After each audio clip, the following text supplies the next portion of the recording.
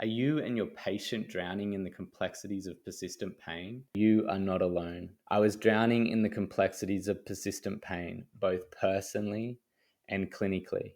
I remember sitting in a lecture in postgrad studies in pain science, listening to Lorimer Moseley, thinking, yes, pain is complex, but people don't want complexity. They want simple, actionable solutions to the complex problem of pain. This is why so many people suffering with pain blow so much money on these quick fix solutions that overpromise and underdeliver. Thanks to Lorimer, the seed was born. I couldn't get this thought out of my mind. I wanted to package modern pain sciences into an innovative tool that brought simple, actionable solutions to the complex problem of chronic pain.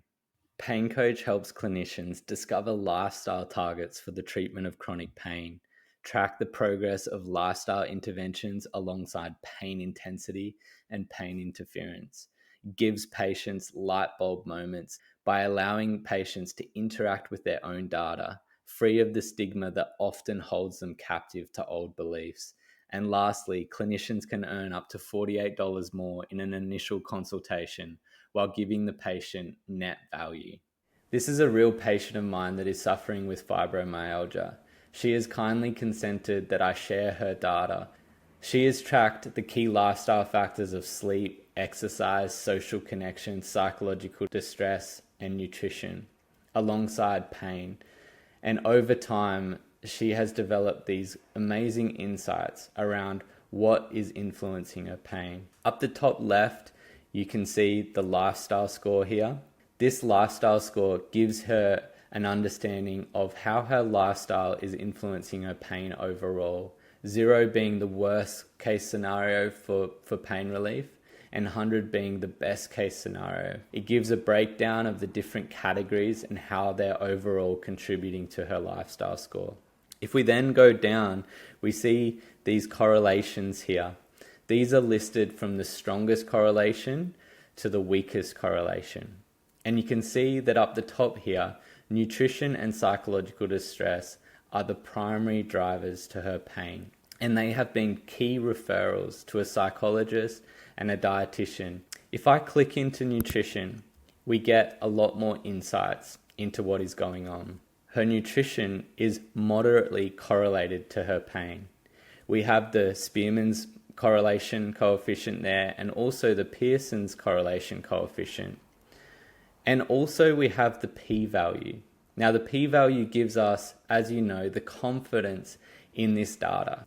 And interestingly enough, whole foods is the most important factor for her. Now, this is amazing because of fibromyalgia and all the research that's going into gut health and pain.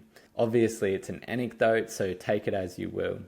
We can also see the same data with psychological distress, although it's a slightly weaker correlation. There does seem to be a correlation with mood and also stress. So I can hear someone yelling at the screen, correlation doesn't mean causation. And that is 100% correct. So what do? What is the clinical thought process? Well, first, we establish a relationship. What out of these factors is related to her pain? We don't assume a directionality from the lifestyle factor towards pain, but we just know that they're related. In this case, it may very well be that when her pain's worse, she reaches for comfort foods that are packaged, highly processed, and aren't whole foods. But it also could be true that actually when she eats whole foods, it actually leads to pain relief.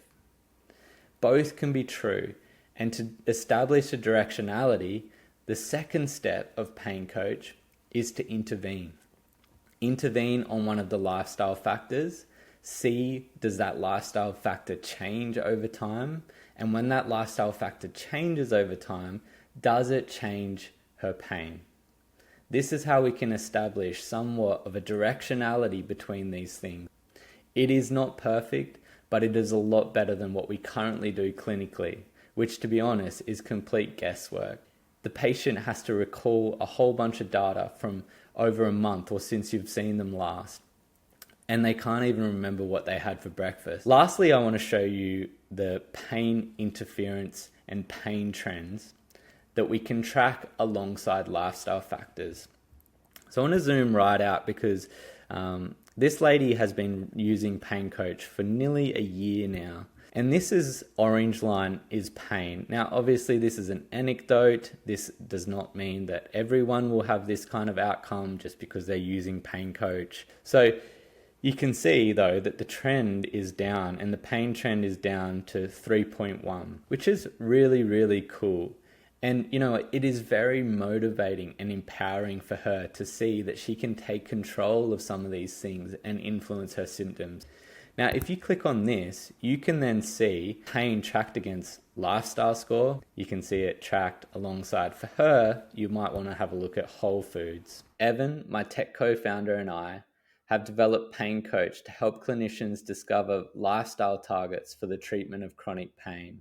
I bet if you're a clinician, you've already thought of someone that you could use this tool with.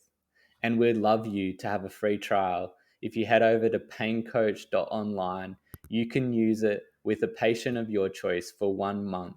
They will have access to the companion app on their phone, and you will have access to the clinical dashboard. Here's to a world with less pain.